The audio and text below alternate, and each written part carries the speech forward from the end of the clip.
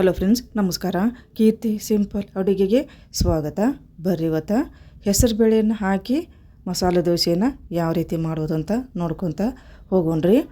ಕ್ರಿಸ್ಪಿಯಾಗಿ ಮತ್ತು ತೆಳುವಾಗಿ ಪೇಪರ್ ದೋಸೆ ಯಾವ ರೀತಿ ಇರುತ್ತಲ್ಲ ಅದೇ ರೀತಿನ ಇದು ಬರ್ತೈತೆ ನೋಡಿರಿ. ಹೆಸರು ಬೇಳೆ ಹಾಕಿ ಮಾಡಿದಂಥ ದೋಸೆ, ಮಸಾಲೆ ದೋಸೆ ಇದು. ಉದ್ದಿನಬೇಳೆ ಹಾಕದೇನ ಯಾವ ರೀತಿ ಹೆಸರು ಬೇಳೆ ಹಾಕಿ ಮಾಡ್ಬೋದು ಅಂತ ನಾನು ತೋರಿಸ್ಕೊಡ್ತೇನೆ. ನೀವು ಕೂಡ ವಿಡಿಯೋವನ್ನು ಯಾವುದೇ ರೀತಿ ಸ್ಕಿಪ್ ಮಾಡ್ದೆ ಈ ಒಂದು ಹೆಸರು ಬೇಳೆಯನ್ನು ಹಾಕಿ ಮಸಾಲೆ ದೋಸೆನ ಯಾವ ರೀತಿ ಮಾಡೋದು ಅಂತ ನೋಡೋಣ್ರಿ. ಕ್ರಿಸ್ಪಿ ಅಂದ್ರೆ ಅಷ್ಟು ಸೂಪರ್ ಕ್ರಿಸ್ಪಿಯಾಗಿ ಬರ್ತಾವೆ ನೋಡಿರಿ. ಹೆಸರು ಬೇಳೆ ಹೆಲ್ತಿಗೆ ಚಲೋನು ಕೂಡ ಹೌದು. ಹೆಸರು ಬೇಳೆನ ಹಾಕಿ ಯಾವ ರೀತಿ ಮಾಡೋದು ಅಂತ ನಾನು ತೋರಿಸ್ಕೊಡ್ತೀನಿ. ಉದ್ದಿನ ಬೇಳೆನ ಹಾಕೋ ಜರೂರತನೇ ಇಲ್ಲ ನೋಡಿರಿ. ಬರೀ ಹೆಸರು ಬೇಳೆ ಅಕ್ಕಿ ಹಾಕಿ ಅಷ್ಟೇ ಮಾಡುವಂತಹ ಹೆಸರು ಬೇಳೆಯ ಮಸಾಲೆ ದೋಸೆನ ನಾನು ಮಾಡಿ ತೋರಿಸ್ತೇನೆ. ನೀವು ಕೂಡ ಈ ಒಂದು ರೆಸಿಪಿನ ಟ್ರೈ ಮಾಡಿ ನೋಡಿರಿ, ಅಷ್ಟು ಸೂಪರಾಗಿ ಬಂದೈತಿ. ಬರೀ ಇವಾಗ ಅಳತಿನ ನೋಡ್ಕೊತ ಹೋಗೋಣ. ಫಸ್ಟಿಗೆ ಯಾವ ರೀತಿ ಅಳತಿ ತೊಗೋಬೇಕಂತ ನಾನು ತೋರಿಸ್ಕೊಡ್ತೀನಿ. ಈಗ ನೋಡಿರಿ, ಒಂದು ಪಾತ್ರೆ ತೊಗೊಂಡಿನಿ. ಇವಾಗ ಒಂದು ಗ್ಲಾಸ್ ತೊಗೊಂಡೆ ನೋಡಿರಿ. ನೀವು ಯಾವ್ದಾರ ಒಂದು ಗ್ಲಾಸ್ ತೊಗೋಬೋದು ನೋಡಿರಿ. ಇವಾಗ ನೋಡಿರಿ, ನಾನು ರೇಷನ್ ಅಕ್ಕಿನ ಹಾಕೋಕೊಂತೇನೆ. ಇಲ್ಲಿಗ ನಾವೊಂದು ಈ ಅಳತಿ ಪ್ರಮಾಣದಾಗ ನಾನು ಅಕ್ಕಿ ಹಾಕೋಕೊಂತೇನೆ. ನೀವು ಯಾವ್ದಾರ ಒಂದು ಅಳತಿ ತೊಗೋಬೋದು ನೋಡಿರಿ. ಈಗ ನಾನು 2 ಬಟ್ಲು ನಾನು ರೇಷನ್ ಅಕ್ಕಿನ ತೊಗೊಂಡು 1 ಬಟ್ಲು ಫುಲ್ ನಾನು ಹೆಸರು ಬೇಳೆ ಹಾಕ್ಕೊತೇನೆ ನೋಡಿರಿ. ಇಲ್ಲೇ 2 ಬಟ್ಲು ಅಕ್ಕಿ ತೊಗೊಂಡ್ರೆ 1 ಬಟ್ಲು ಫುಲ್ಲ ನಾನು ಹೆಸರು ಬೇಳೆ ತೊಗೊಂಡು 1/4 ಬಟ್ಲು ಆಗೋಷ್ಟು ನಾನು ಕಡ್ಲಿ ಬೇಳೆನೂ ಕೂಡ ಹಾಕ್ಕೊಂಡು ನೋಡಿರಿ ಇಲ್ಲಿಗ. ಮತ್ತು 1 ಚಮಚೆ ನಾನು ಮೆಂತ್ಯ ಕಾಳನ್ನು ಕೂಡ ಹಾಕ್ಕೊತೇನೆ ನೋಡ್ರಿ. ಇವಾಗ ನೀರನ್ನು ಹಾಕಿ ಒಂದು 2ರಿಂದ 3 ಸಲ ಇದನ್ನ ತೊಳ್ಕೊಂಬಿಡೋಣ್ರಿ ನೀಟಾಗನ. ಇವಾಗ ನೋಡಿರಿ, ತೊಳ್ಕೊಂಡಿದ್ದು ಆಯಿತು. ಒಂದು 2ರಿಂದ 3 ಸಲ ತೊಳ್ಕೊಂಡಿದ್ದು ಆಯ್ತು.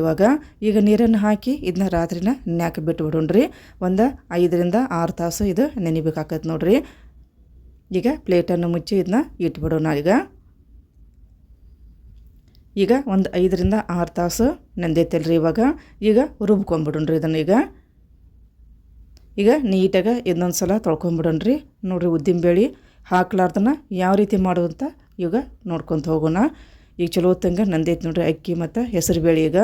ಈಗ ತೊಳ್ಕೊಂಬಿಡೋಣ್ರಿ 1-2 ಸಲ ತೊಳ್ಕೊಂಡು ಈಗ ಮಿಕ್ಸಿ ಜಾರಿಗೆ ಹಾಕ್ಕೊಂಡು ನೋಡ್ರಿ. ನಾನೀಗ ಮಿಕ್ಸಿ ಜಾರಿಗೆ ಎಲ್ಲವನ್ನು ಹಾಕಿ ಸ್ವಲ್ಪ ನೀರು ಹಾಕಿ ಇದನ್ನು ರುಬ್ಕೋಬೇಕಾಗತ್ತೆ ನೋಡಿರಿ. ಭಾಳ ನೀರು ಹಾಕೋಕೆ ಹೋಗ್ಬಾರ್ದು, ಭಾಳ ತಿಳುವೂ ಆಗಬಾರ್ದು. ಇದು ಸ್ವಲ್ಪ ಮೀಡಿಯಮ್ ಪ್ರಮಾಣದಾಗನ ಇದು ಇರಬೇಕಾಗತ್ತೆ ನೋಡಿರಿ. ಈಗ ನೋಡಿರಿ, ನೀಟಾಗಿ ರುಬ್ಕೊಂಡಿದ್ದಾಯಿತು. ಭಾಳ ನುಣ್ಣಗೂ ರುಬ್ಕೋಕೆ ಹೋಗ್ಬಾರ್ದು, ಭಾಳ ತರಿನ ರುಬ್ಕೋಕೆ ಹೋಗ್ಬಾರ್ದು. ಇದನ್ನ ಸ್ವಲ್ಪ ತರಿ ಇರ್ಬೇಕ್ರಿ ಇದು. ಈಗ ನೋಡಿರಿ, ಈ ಒಂದು ಹದದಾಗ ನಾವು ಇದನ್ನ ಮಿಕ್ಸಿ ಮಾಡ್ಕೋಬೇಕಾಗತ್ತೆ ನೋಡಿರಿ. ಈಗ ನೋಡಿ, ಕೈಗೆ ಸ್ವಲ್ಪ ತರಿ ಹಾಕೊಂಡೈತಿ ಅಷ್ಟು ನಾವು ರುಬ್ಕೋಬೇಕಾಗತ್ತೆ. ಅಂದ್ರೆ ಈ ರೀತಿ ಮಾಡೋದ್ರಿಂದ ಕ್ರಿಸ್ಪಿಯಾಗಿ ಬರ್ತಾವ್ರಿ ದೋಸಾವು. ಈಗ ಇದನ್ನೊಂದು ಪಾತ್ರೆಗೆ ಹಾಕ್ಕೊಂಬಿಡೋಣ. ಈಗ ನೋಡಿರಿ, ಈಗ ಪಾತ್ರೆಗೆ ಹಾಕ್ಕೊಂಡಿದ್ದಾಯಿತು. ಈಗ ರುಚಿಗೆ ತಕ್ಕಷ್ಟು ಉಪ್ಪನ್ನು ಹಾಕ್ಕೊಂಡು ನೋಡಿರಿ. ಇವಾಗ 1 ಚಮಚ ಸಕ್ಕರೆ ಹಾಕ್ಕೊತೇನೆ ನೋಡಿರಿ. ಸಕ್ಕರೆ ಹಾಕೋದ್ರಿಂದ ಕಲರು ಸೂಪರಾಗಿನ ಬರ್ತೈತೆ ನೋಡಿರಿ. ಇವಾಗ ನೋಡಿರಿ, ಅಡುಗೆ ಸೋಡಾ ಹಾಕ್ಕೊತೇನೆ. ಒಂದು 1/4 ಚಮಚಕ್ಕಿಂತ ಇನ್ನೂ ಕಡಿಮೆನ ಅಡುಗೆ ಸೋಡಾ ಹಾಕ್ಕೊಂಡು ಈಗ ಎಲ್ಲ ಹಾಕಿದ ಮೇಲೆ ನೀಟಾಗನ ಇದನ್ನ ಏತಿ ಮಿಕ್ಸ್ ಮಾಡ್ಕೊಂಬಿಡೋಣ್ರಿ. ಚಲೋ ಹೊತ್ತಂಗೆ ಮಿಕ್ಸ್ ಆಗ್ಬೇಕ್ರಿ ಅದು. ಈಗ ನೋಡಿರಿ, ಮಿಕ್ಸ್ ಮಾಡ್ಕೊಂಡಿದ್ದು ಆಯಿತು. ಇವಾಗ ದೋಸೆ ಮಾಡ್ಕೊಂಬಿಡೋಣ್ರಿ. ಈಗ ನೋಡಿರಿ, ಗ್ಯಾಸಿನ ಮೇಲೆ ದೋಸಾನ ಹಂಚು ಕಾಯಕ್ಕೆ ಇಟ್ಟಿದ್ದು ನಾನು. ಈಗ ಕಾದೈತ್ರಿ ಹಂಚು. ಈಗ ಒಂದು ಉಳ್ಳಾಗಡ್ಡಿ ತೊಗೊಂಡು ಈ ರೀತಿ ಎಣ್ಣೆನ ಎಲ್ಲ ಕಡೆನೂ ಹಚ್ಕೊತೇನೆ ನೋಡಿರಿ. ಈಗ ನಾನು ಭಾಳ ಕಾಯಕ್ಕೆ ಹೋಗ್ಬಾರ್ದು ರೀ, ಹಂಚು ಸ್ವಲ್ಪ ಅಷ್ಟು ಕಾಯಬೇಕು. ಈಗ ನೋಡಿರಿ, ಎಣ್ಣೆ ಹಚ್ಚಿದ ಮೇಲೆ ಸ್ವಲ್ಪ ನೀರು ಚಿಮ್ಕಿಸಿದ್ದು ನಾನು. ನೀರು ಚಿಮ್ಕಿಸಿದ ಮೇಲೆ ಒಂದು ಬಟ್ಟೆಯನ್ನು ತೊಗೊಂಡು ನೀಟಾಗಿ ಒರೆಸ್ಕೊಂಡು ಗ್ಯಾಸನ್ನು ಸಣ್ಣ ಉರಿಯಾಗಿ ಇಟ್ಬಿಡ್ಬೇಕು. ಇಟ್ಟು 1 ಚಮಚ ಹಾಕಿ ಇದು ನೀಟಾಗಿನ ತೆಳುವಾಗಿನ ಇದನ್ನು ಈ ರೀತಿ ದೋಸೆ ಹಾಕ್ಕೋಬೇಕಾಗತ್ತೆ ನೋಡಿರಿ.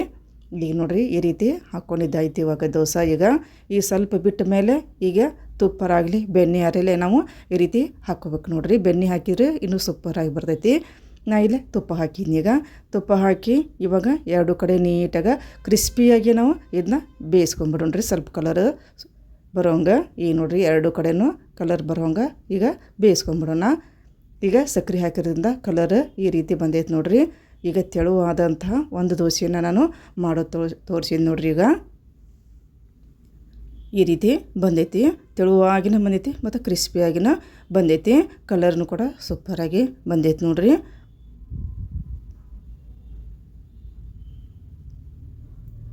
ಇವಾಗ ಇನ್ನೊಂದು ದೋಸೆನ ಹಾಕ್ಕೊಂಬಿಡೋಣ್ರಿ ನಾವು.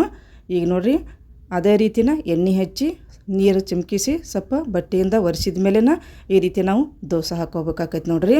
ಈಗ ಎರಡನೇದು ಕೂಡ ನಾನು ಎಣ್ಣೆ ಹಚ್ಚಿ ಆಮೇಲೆ ನೀರು ಚಿಮ್ಕಿಸಿ ಬಟ್ಟೆಯಿಂದ ನೀಟಾಗಿ ಒರೆಸಿದ ಮೇಲೆ ಈಗ ಹಿಟ್ಟನ್ನು ಹಾಕಿ ಇನ್ನೊಂದು ದೋಸೆನೂ ಕೂಡ ಹಾಕ್ಕೊಂಡು ನೋಡ್ರಿ. ಈಗ ಇದಕ್ಕೂ ಕೂಡ ನಾನು ಈಗ ತುಪ್ಪವನ್ನು ಹಾಕ್ಕೊತೀನಿ. ನೀವು ಎಣ್ಣೆಯರಾಗಲಿ ಬೆಣ್ಣೆಯರಾಗಲಿ ಯಾವುದಾದ್ರೂ ಹಾಕ್ಕೋಬೋದು ನೋಡಿರಿ. ಆದಷ್ಟು ಮೀಡಿಯಮ್ ಉರಿಯಾಗಿ ಇದನ್ನು ಕ್ರಿಸ್ಪಿಯಾಗಿನ ಈ ರೀತಿ ನಾವು ಬೇಯಿಸ್ಕೋಬೇಕಾಗತ್ತೆ ನೋಡಿರಿ. ಈಗ ಇನ್ನೊಂದು ದೋಸೆ ಕೂಡ ರೆಡಿ ಆಯ್ತು ನೋಡ್ರಿ. ಕ್ರಿಸ್ಪಿಯಾದಂತಹ ದೋಸೆ ಇನ್ನೊಂದು ಕೂಡ ರೆಡಿಯಾಗಿ ಬಂದೈತಿ. ಈ ರೀತಿ ಬಂದೈತಿ ನೋಡಿರಿ. ಭಾಳ ಬೇಗನೆ ಬರ್ತಾವೆ ನೋಡ್ರಿ. ಈಗ ಇನ್ನೊಂದು ದೋಸೆ ಕೂಡ ಮಾಡೋದು ತೋರಿಸಿನಿ. ಈಗ ಮೂರನೇದು ಕೂಡ ಮಾಡೋದು ತೋರಿಸ್ತೇನೆ ನೋಡಿರಿ. ಪ್ರತಿ ಸಲ ಮಾಡ್ಕೋಬೇಕಾದ್ರೂ ಎಣ್ಣೆ ಹಚ್ಚಿ ಸ್ವಲ್ಪ ನೀರು ಚಿಮ್ಕಿಸಿದ ಮೇಲೆ ನಾವು ದೋಸೆವನ್ನು ಈ ರೀತಿ ಹಾಕ್ಕೋಬೇಕಾಗತ್ತೆ ನೋಡಿರಿ. ತೆಳುವಾಗಿ ಪೇಪರ್ ದೋಸೆ ಯಾವ ರೀತಿ ಬರುತ್ತಲ್ಲ ಅದೇ ರೀತಿನೇ ಬರ್ತೈತೆ ನೋಡಿರಿ. ಉದ್ದಿನಬೇಳೆ ಹಾಕ್ಲಾರ್ದನ್ನ ಯಾವ ರೀತಿ ಮಾಡೋಂತ ನಾನು ನಿಮ್ಗೆ ತೋರಿಸ್ಕೊಟ್ಟೀನಿ. ನೀವು ಕೂಡ ಈ ಒಂದು ರೆಸಿಪಿನ ಟ್ರೈ ಮಾಡಿ ನೋಡಿರಿ. ಹೆಸರುಬೇಳೆ ಹೆಲ್ತಿಗೆ ತಂಪೂ ಕೂಡ ಹೌದು. ಈಗ ನೋಡಿರಿ ತುಪ್ಪ ಹಾಕಿದ ಮೇಲೆ ನೀಟಾಗಿ ಕ್ರಿಸ್ಪಿ ಆಗೋ ತನಕ ಇದನ್ನು ಮೀಡಿಯಮ್ ಉರಿಯಾಗ ಬೇಯಿಸ್ಕೊಂಬಿಡೋಣ.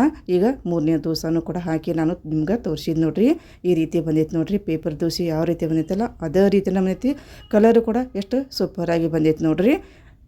ಈಗ ಇದನ್ನ ಮಡಿಸ್ಕೊಂಡು ಈಗ ತಾಟಿಗೆ ಸರ್ವ್ ಮಾಡ್ಕೊಂಬಿಡೋಣ್ರಿ. ಎಲ್ಲ ದೋಸೆ ಆದಮೇಲೆ ಈಗ ನೋಡಿರಿ ಒಂದು ತಾಟಿಗೆ ಕೂಡ ಹಾಕ್ಕೊಂಡು ಕ್ರಿಸ್ಪಿ ಆದಂಥ ಮಸಾಲೆ ದೋಸೆ ಈಗ ನಾ ತೋರ್ಸಾಕೊಂತೇನೆ ನೋಡಿರಿ.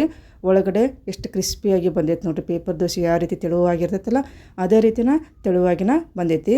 ಮತ್ತು ನೋಡಿರಿ ಎಲ್ಲ ಕಡೆನೂ ಹೋಲು ಎಷ್ಟು ಚಂದ ಬಂದವು, ಗೂಡು ಟೈಪ್ ಅವು ನೋಡಿರಿ. ತುದಿ ಅಂಕ್ರೂ ಎಷ್ಟು ಎಜ್ಜಸ್ ಎಷ್ಟು ಕ್ರಿಸ್ಪಿಯಾಗಿ ಬಂದ ನೋಡ್ರಿ. ಈಗ ತೋರ್ಸಾಕೊಂತೇನಲ್ಲ ಸೂಪರ್ ಕ್ರಿಸ್ಪಿಯಾಗಿ ಬಂದೈತಿ. ಈ ರೀತಿ ಬಂದೈತೆ ನೋಡಿರಿ. ಕೈಯಾಗಿ ಈ ರೀತಿ ಮಾಡಿದ್ರೆ ಸೌಂಡ್ ಬರೋಂಗೆ ಕ್ರಿಸ್ಪಿಯಾಗಿ ಬಂದೈತೆ ನೋಡಿರಿ. ಉದ್ದಿನಬೇಳೆ ಇಲ್ದನ ಮಾಡ್ಬೋದು ನೋಡಿರಿ. ಸೇಮ್ ಅದೇ ರೀತಿನ ರುಚಿ ಬರುತ್ತೆ. ಹೆಸರುಬೇಳೆ ಹಾಕೋದ್ರಿಂದ ಇನ್ನೂ ಹೆಲ್ತಿಗೆ ಕೂಡ ಚಲೋ ಅಲ್ರಿ. ಹೀಗಾಗಿ ಹೆಸರುಬೇಳೆ ಹಾಕಿ ಯಾವ ರೀತಿ ಮಾಡೋಂತ ನಾ ತೋರಿಸ್ಕೊಟ್ಟೇನಿ. ಇದಕ್ಕೆ ಕಾಯಿ ಚಟ್ನಿ ಮಾಡೈತೆ ನೋಡಿರಿ. ನೀವು ಆಲೂಗಡ್ಡೆ ಪಲ್ಯನೂ ಕೂಡ ಮಾಡಿಕೊಂಡು ಇದ್ರ ಕೂಡ ರುಚಿ ನೋಡ್ಬೋದು ನೋಡಿರಿ. ಇಲ್ಲಿ ನಾ ಕಾಯಿ ಚಟ್ನಿ ಅಷ್ಟೇ ಮಾಡಿ ತೋರ್ಸಾಕೊಂತೇನೆ. ಈಗ ಈ ರೀತಿ ಕ್ರಿಸ್ಪಿಯಾಗಿ ಎಷ್ಟು ನೀಟಾಗಿ ಬಂದ ನೋಡಿರಿ. ಈ ಒಂದು ಹೆಸರುಬೇಳೆಯ ಕ್ರಿಸ್ಪಿಯಾದಂಥ ಮಸಾಲೆ ದೋಸೆ ನಿಮ್ಗೆ ಲೈಕ್ ಆಗಿದ್ರೆ ಲೈಕ್ ಮಾಡಿರಿ, ಶೇರ್ ಮಾಡಿರಿ. ಹಾಗೆಯೇ ನನ್ನ ಚಾನಲ್ನ ಸಬ್ಸ್ಕ್ರೈಬ್ ಮಾಡ್ಕೊಂಬಿಡ್ರಿ. ನಮಸ್ಕಾರ, ಧನ್ಯವಾದ.